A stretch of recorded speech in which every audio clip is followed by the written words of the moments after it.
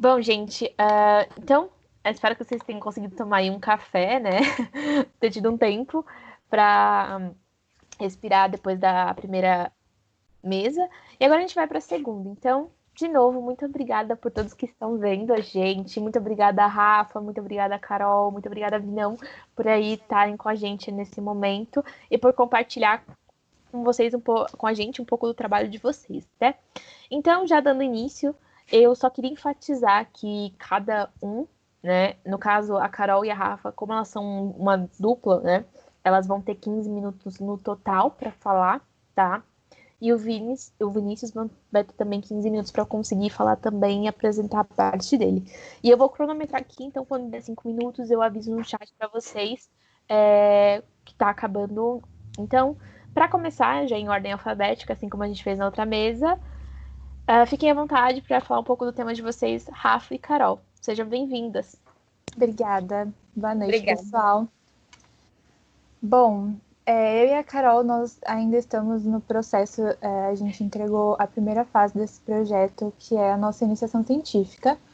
A gente está falando sobre tráfico internacional de drogas, mais especificamente a atuação da Unasul nesse combate. Eu vou falar um pouco do histórico da guerra às drogas e a Carol vai depois falar um pouco sobre a atuação da Unasul em si.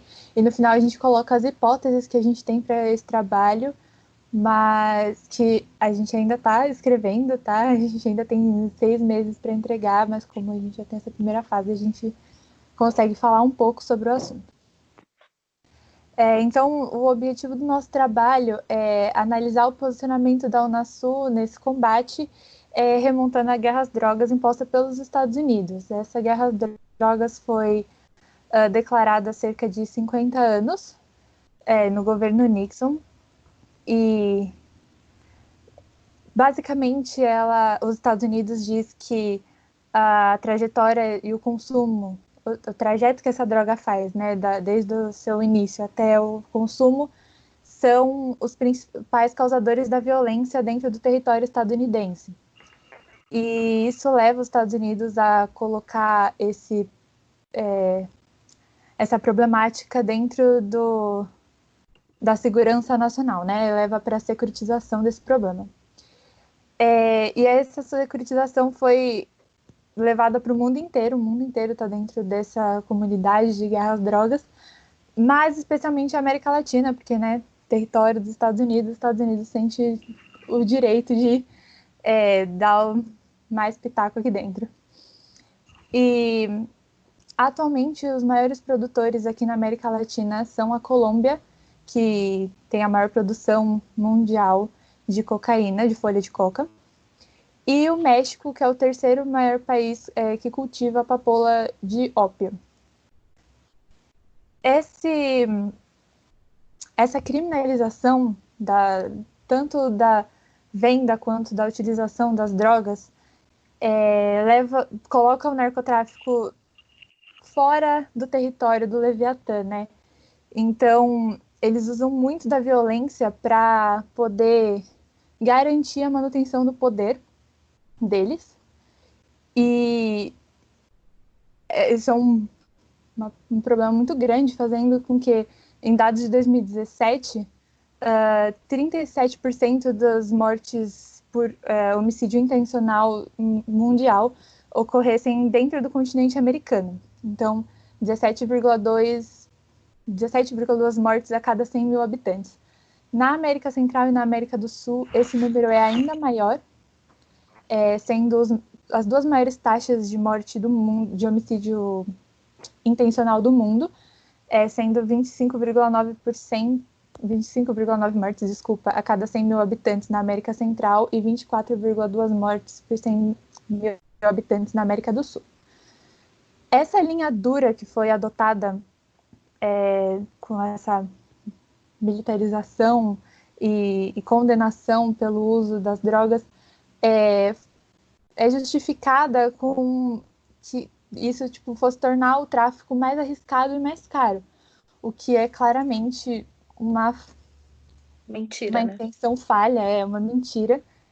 porque hoje o tráfico é um ator muito forte no mundo inteiro, especialmente depois da globalização, né?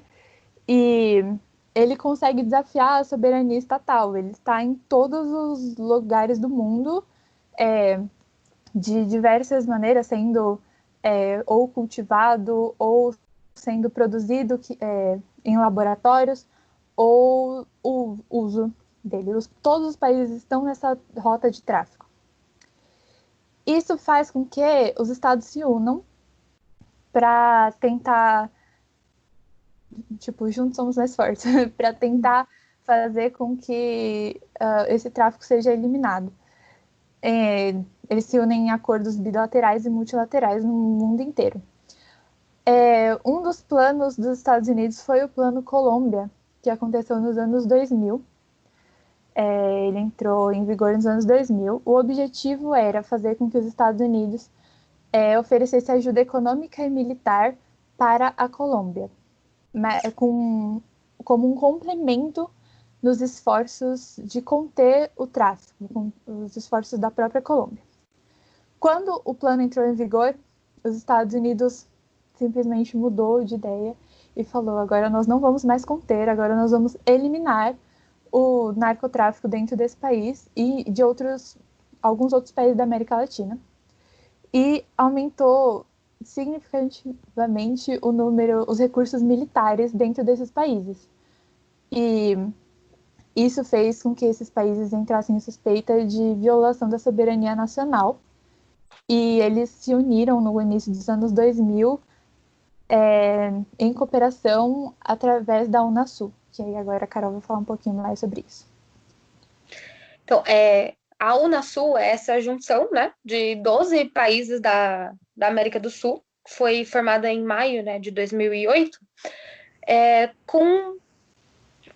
dentro, né, a Unasul tinha vários planos, mas um deles era o medo da perda da soberania em relação a isso, né, então foi um dos motivos deles se unirem. E a Unasul, ela tinha uma ideia um tanto quanto diferente dos Estados Unidos em relação para tratar esse problema do narcotráfico, né? Porque, por exemplo, em alguns países aqui da América do Sul, é normal ter a mastigação da coca, é algo natural, é algo cultural, perdão. Então, isso está dentro da Unasul. Eles entendem que isso não é a utilização de cocaína do jeito que a gente geralmente vê. Isso é algo cultural, é algo mais teoricamente normal. Então, isso está dentro da ideia da Unasul. Eles criaram 2 conselhos para tratar esse tema, que é o Conselho de Defesa Sul-Americana e o Conselho sobre o Problema Mundial das Drogas. Só que esses 2 conselhos, eles têm um impasse, né? O primeiro, o Conselho de Defesa Sul-Americana, ele não reconhece o narcotráfico como uma ameaça para os estados, uma ameaça existencial ao estado soberano. Ele reconhece que tem um problema, o narcotráfico, mas não acha que é algo gigantesco igual os Estados Unidos estavam tratando. Então, ele coloca esse problema num âmbito de defesa nacional.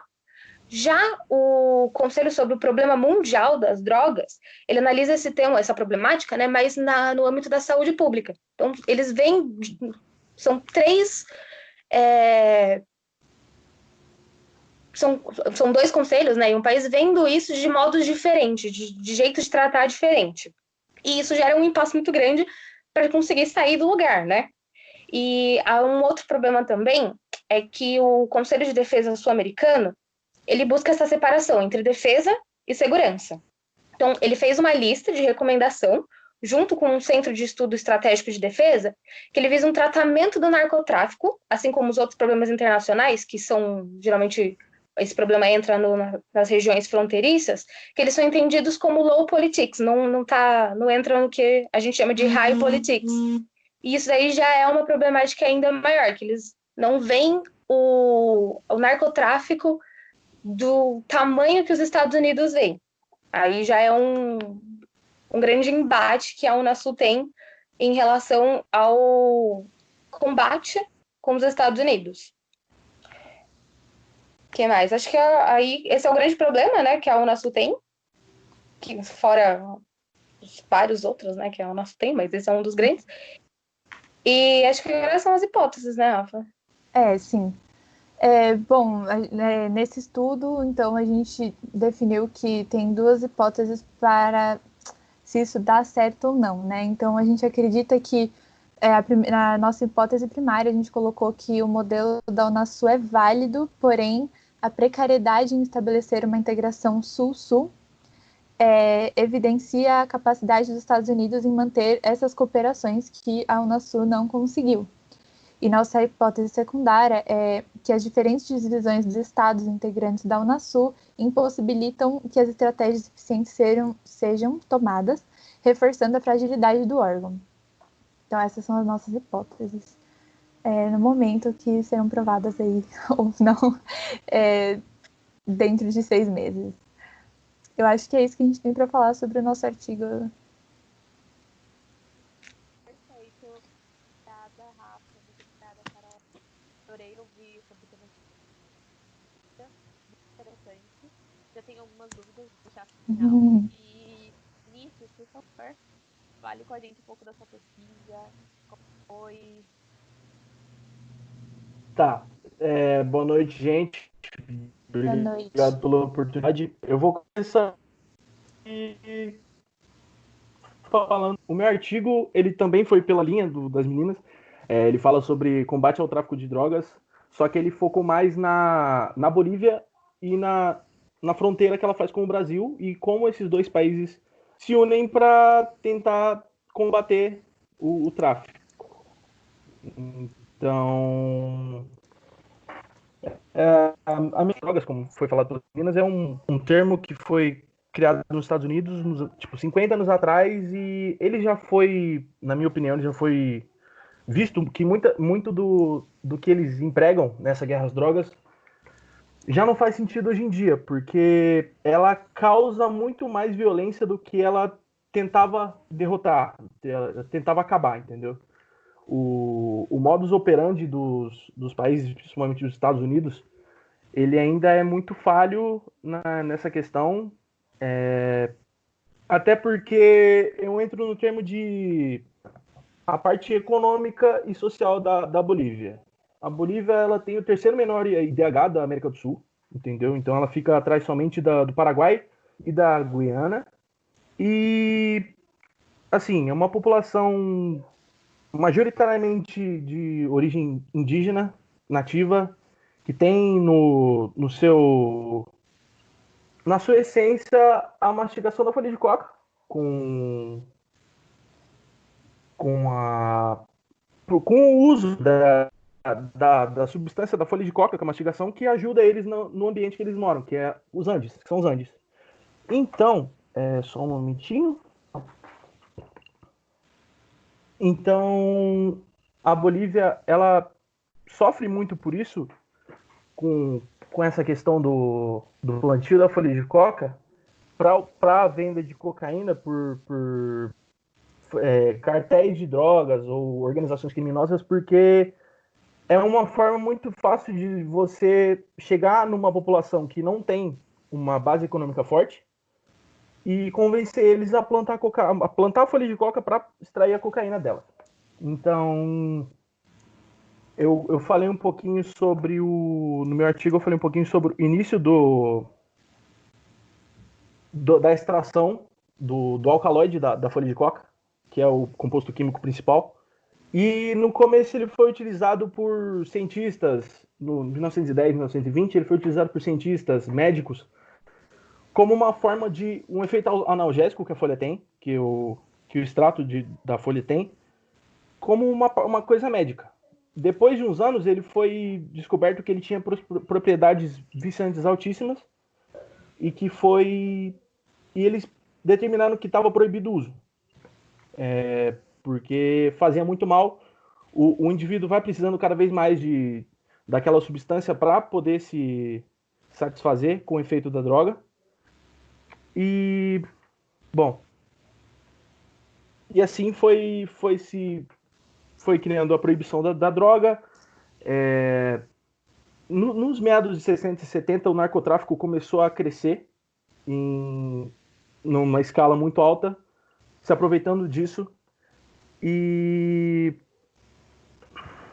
Só um minutinho. E na Bolívia e na Colômbia, o principal produto feito nesses países era a extração do alcaloide e transformar ele em pasta base, que serve para a produção da cocaína, e os restos dessa produção de cocaína se transformam no crack, que é um material que ele utiliza muito menos custo, é uma forma muito mais barata do usuário encontrar o que ele está procurando na droga. Isso foi fazendo com que as organizações fossem investindo cada vez mais nessa questão. Então, nós temos traficantes de uma fama muito grande, porque foi um mercado que foi crescendo e a guerra às drogas não obteve sucesso, ela foi meio que dando mais fama para eles, ao invés de tentar diminuir, de conter. E, assim, o Brasil, ele entra nessa questão porque ele é um dos únicos países da América Latina que tem de cara com o Oceano Atlântico. Então, a Bolívia, por não ter saída nenhuma para o oceano, os traficantes usam o Brasil como uma porta de saída da droga para a Europa, para a África, para a Ásia. Então, o Brasil e a Bolívia têm mais de 3.100 quilômetros de fronteira em comum. Então, eles usam dessa fronteira para poder passar a droga, porque grande parte dessa fronteira não é vigiada, não tem uma força militar que fique ali o tempo todo. Então, eles se aproveitam disso.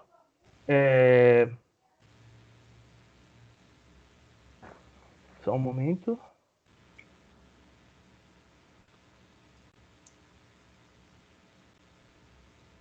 Os Estados Unidos, ele focou muito em, como eu disse, impressionar a Bolívia e os outros países andinos a reduzir o tráfico, mas como as meninas disseram, eles entraram nesses países e eles começaram a tomar medidas que estavam ferindo a soberania dos países. Então, por exemplo, em 2008 você teve a expulsão do DEA, que é a Agência de Combate às Drogas americana, do território da Bolívia, porque foi descoberto que eles estavam tentando colocar o representante que era a favor de um endurecimento maior do modo de operação da DEA no poder.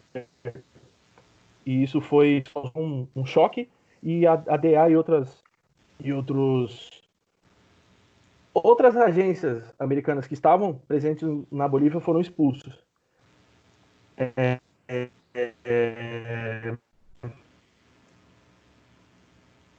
A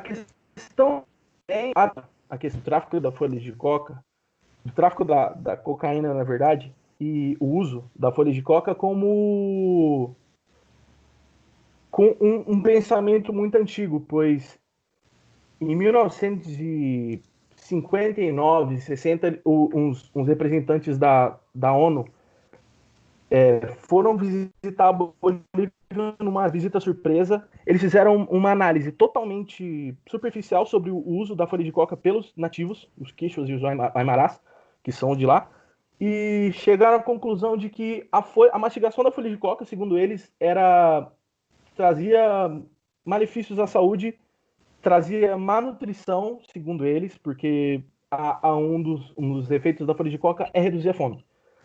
Então, eles disseram que um dos grandes culpados sobre a má nutrição da América do Sul, dos nativos da América do Sul, é porque mastigavam folha de coca, e isso deixava eles passando fome, que não faz o mínimo sentido. Passando mais para a parte do Brasil e do combate junto com a Bolívia, desde 1970 se tem tratativas dos dois governos com combate e troca de informações contra o tráfico. Então, foram colocados postos avançados nas fronteiras dos dois países para troca de informações, treinamentos entre os dois exércitos, mesmo a Bolívia tendo uma força militar bem fraca para mantendo o respeito, mas assim, uma força militar que não tem tanta potência na América Latina. Então, o Exército Brasileiro colaborou com treinamentos, cessão de alguns equipamentos que ajudavam nesse combate. E desde 1970 existem acordos e treinamentos que eles fazem. Em 99 foi assinado o Tratado de Cooperação entre os dois países, para se entrar num consenso do que o que era uso e o que era tráfico, e como detectar uma célula de uma organização criminosa que estivesse contrabandeando nas fronteiras. Deixa eu ver. Uma série de exercícios foram feitas, as operações Brasbol, que eram uma operação entre os exércitos nas fronteiras, foi criada, e em 2015 a operação Bol-Bra, eles têm essa criatividade absurda para fazer nome de operação, que teve exercícios aéreos nas fronteiras e que mobilizou os países para treinamento. Então eu chego à conclusão de que o tráfico de entorpecentes na América Latina, visto de uma forma que ele tem que ser combatido, claro. O trato da Bolívia com a folha de coca, ele tem que ser visto, ele tem que ser revisto, justamente porque é uma coisa muito cultural entre os países do país, e que você tem que o país ele tem que ter uma autonomia própria para saber o que deve ser feito. Acho que é isso. Acho que ficou meio enrolado, mas é isso. Muito obrigada, Vinícius. Parabéns pela pesquisa, adorei. Parabéns, gente. Obrigada, Rafa. Obrigada, Carol. Obrigada, Vini, mais uma vez por aí trazido foto de você. E eu queria saber agora, né, o momento é esse, para as dúvidas. Tem alguém que tem alguma dúvida? Já posso fazer algumas perguntas? Tem alguém que quer fazer alguma... Eu tenho. Beleza, então. Pode ir, Gandhi. O Vinícius, ele falou sobre algumas ações de cooperação entre países, Bolívia, Brasil, para o combate ao tráfico da fronteira. A Rafa e a Carol falaram um pouco mais de um âmbito maior do que esses dois países, essa ação bilateral. Eu queria saber, tanto da Rafa, da Carol e do Vinão, quais as políticas públicas nacionais e internacionais não pontuais, ou seja, políticas públicas contínuas para o combate ao tráfico internacional de drogas.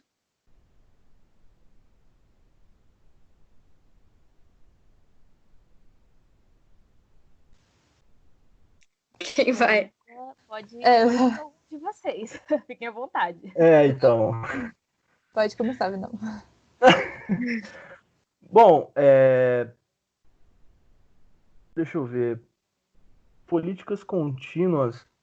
Mesmo a Bolívia, ela tendo esse tratamento, ela sabendo dos malefícios da cocaína no mundo, ela ainda tem um pensamento meio aberto quanto à folha de coca. Isso dificulta muito a abordagem de você conseguir filtrar o que vai ser utilizado. Eles têm uma lei que chama Lei 1008, que foi criada em 1988, que ela tentou separar o que seria o plantio da folha de coca para uso in natura, para mastigação, para uso ritualístico das tribos.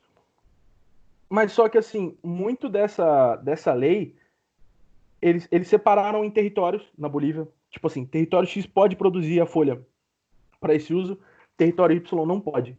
Só que muito do que era produzido no território X acabava indo para o tráfico. Então você não tem uma fiscalização muito grande para isso.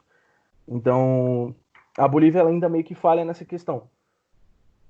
No combate à droga, eu sei que na Argentina eles têm a questão de você. É mais uma coisa, tipo, para o cidadão. Eles têm uma questão de descriminalizar o cidadão que for pego com uma certa quantidade de droga, ele não vai ser enquadrado como traficante. Ele vai ser enquadrado como usuário e vai ser encaminhado para o tratamento. Isso fez com que a criminalidade fosse reduzida, tipo, em certas regiões, porque muito dos dados que eram dados, tipo, que eram entregues ao governo sobre como assim, tipo, tantos traficantes foram presos em certas regiões, eles eram usuários que estavam indo procurar droga e acabamos sendo presos e enquadrados como traficantes. Eu acho que falta mais disso em outros países. Acho que uma descriminalização em um país tão grande quanto o Brasil seria meio complicada, mas uma outra abordagem. Acho que facilitaria um pouco mais para filtrar o que é um usuário e o que é um traficante. Entendeu? Bom, posso falar? Eu acho que realmente descriminalizar no sentido de falar quem é usuário e quem é traficante é complicado. Aqui no Brasil a gente meio que tem isso, mas não tem, tipo, uma quantidade para você ser usuário, uma quantidade para você ser traficante. É meio tipo, o policial vai te parar e vai falar quais são as suas intenções. Eu acho que em vários países a gente vê algumas tentativas, inclusive alguns estados dos Estados Unidos, de descriminalização, e elas são válidas e elas têm ajudado muito até a manter um controle, porque enquanto as coisas estão ilegais, você não tem como realmente ter um controle oficial do que está acontecendo, do dinheiro, dos usuários, dos vendedores, etc. Então, eu acredito que a descriminalização ela ajudaria muito nesse sentido, não só, por exemplo, de maconha, como é muito debatido, mas de outras drogas também.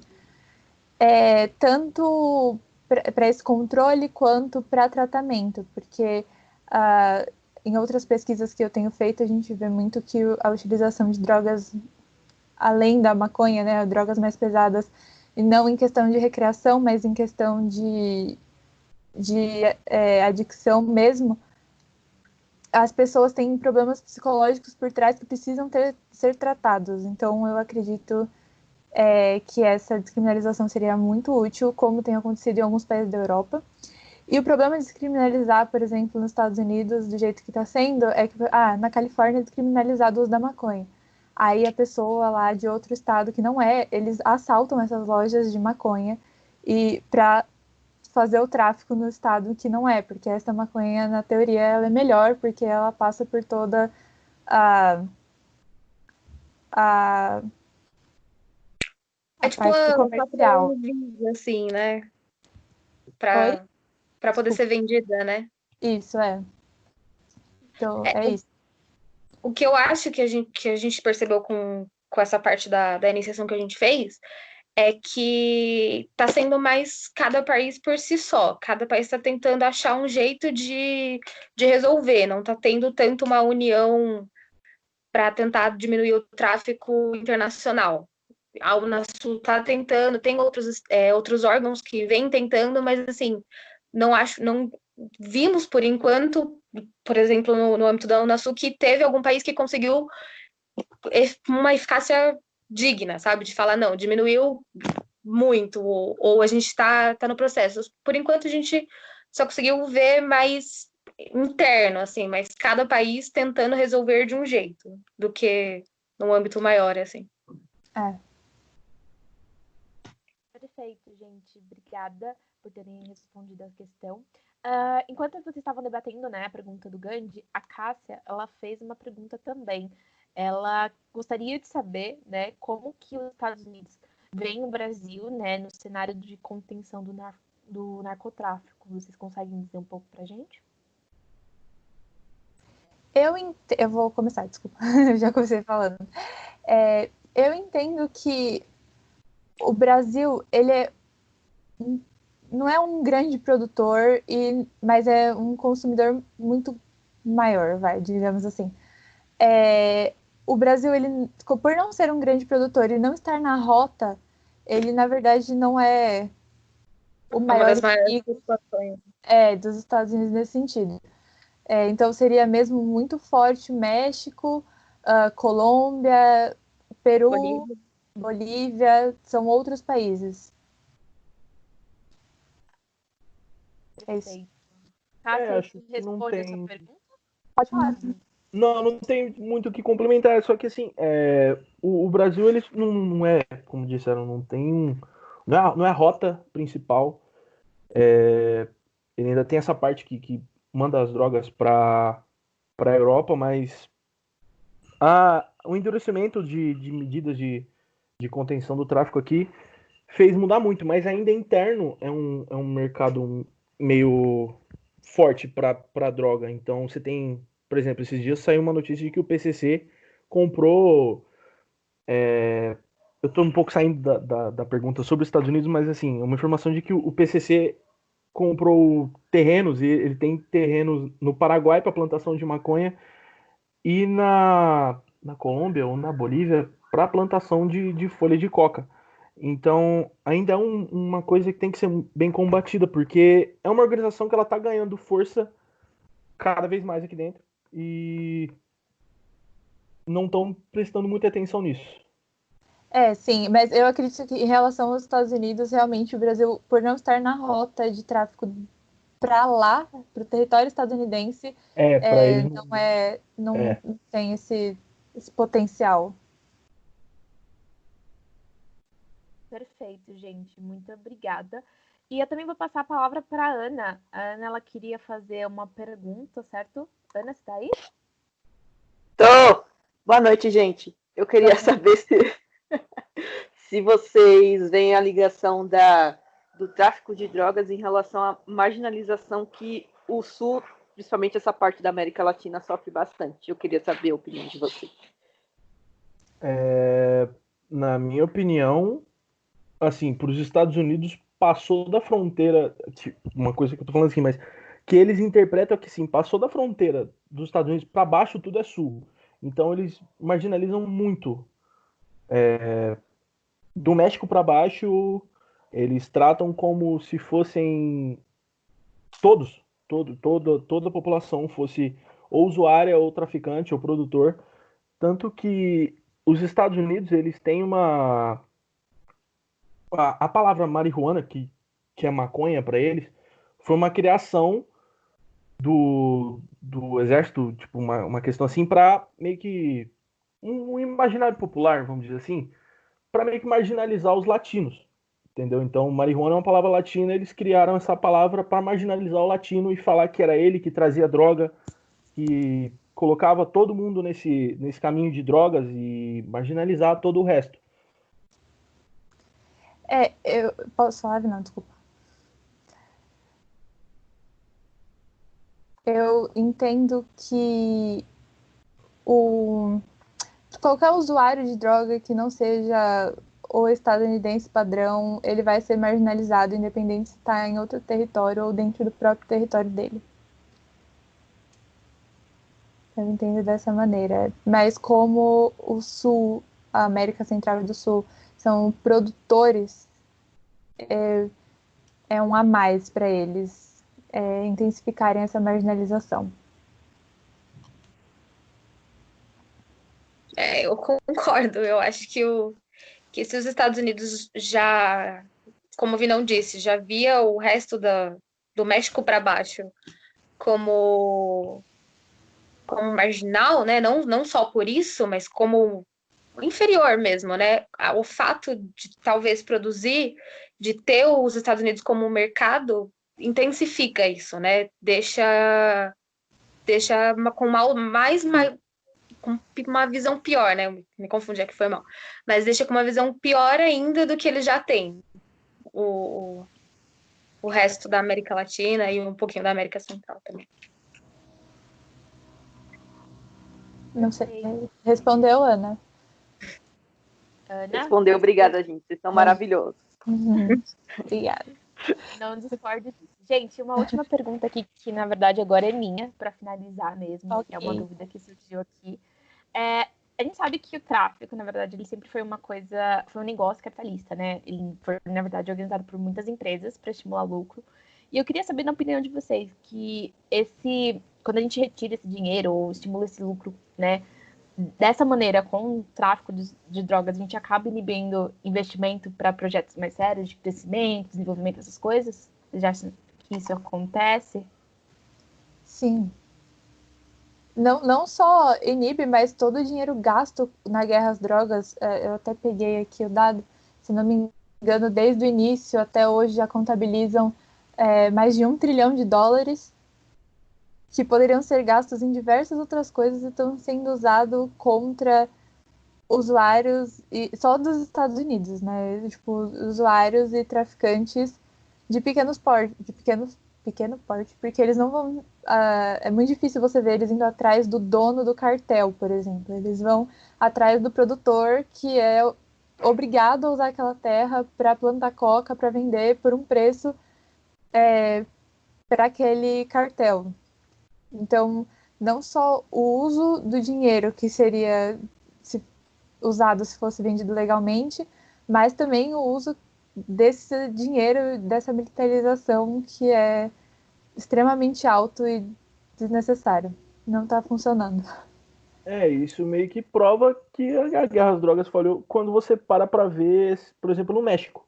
Tem áreas no México que os cartéis dominaram e já não tem força pública mais. Você já não tem força policial, mesmo com todo o investimento que colocaram para tentar combater, os cartéis hoje mandam mais do que um prefeito, um governador naquela região, porque já se espalhou. Você, tipo, em Sinaloa, por exemplo, que é no México, você tem, que o grande chefe do cartel de Sinaloa é o Chapo, né, que é famoso e tal. Assim, você tem o cartel cuidando da população nessa época de pandemia de Covid. Porque já não tem um governo e o cartel saía distribuindo cesta básica para ajudar a população, porque isso meio que mostra que a guerra às drogas falhou e se acabou dando mais força para eles. Perfeito. Muito obrigada, gente. Alguém mais quer fazer mais alguma pergunta? Eu tinha visto o Anderson digitando ali, mas eu não sei se ele quer fazer uma pergunta ou se ele não Eu quer. também vi. Eu falei, será que ele vai mandar ou será que ele não vai? Será que ele tá bem ou será que ele não tá, né? Acho que ele tá digitando agora, gente. Vamos ver se ele vai. Não, beleza. Então, acho que não tem mais nenhuma pergunta, né? Rafa, Carol, Vinícius, muito obrigada por participarem, tá? Vocês foram excelentes, então de parabéns os três. Muito interessante a pesquisa de vocês, eu amei. Obrigada por tirarem minha dúvida, tirarem do Gandhi, da Cássia também, e da Ana, que deu um grito aqui. Casos à parte. Obrigada mesmo. Obrigada também a todos que compareceram hoje. Espero que vocês tenham gostado das duas bancas. Foi muito legal debater esses dois assuntos com vocês. Amanhã a gente tem mais. Então, amanhã a gente vai ter mais umas duas bancas pra gente conversar. E no sábado também. Então, eu espero contar com todos vocês lá novamente. Então, muito obrigada para todo mundo que participou, todo mundo que curtiu. Depois a gente vai disponibilizar isso no nosso Instagram, no nosso IGTV. Então, vocês vão poder estar vendo lá. Mas parabéns, no geral, vocês foram incríveis, tá? Muito, muito obrigada por participarem. E é isso, gente. Eu espero que vocês tenham gostado, que vocês tenham uma ótima noite, um ótimo resto de semana e qualquer coisa que vocês precisarem, a gente tá aí. Muito obrigado, gente. Bruna. Obrigada, pessoal, que assistiu também. Obrigada, gente. Parabéns, gente. Uma ótima noite. Boa noite. Tchau, tchau.